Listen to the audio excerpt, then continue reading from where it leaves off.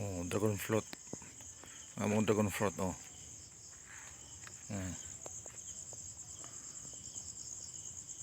May buwak sa dragon fruit. Yan, awa pa siya buka. Karon ni buka na. Oh. Okay. Oh. Ang buka. Karon po kita ni nga inani kadako yang buka sa kuan. Sa dragon fruit. Ito pa siya dito eh.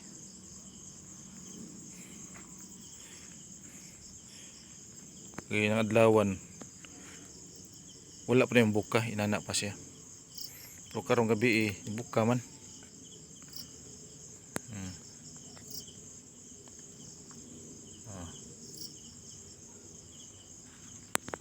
Indot nga siya pagkakuha, no? Mga siya flowers.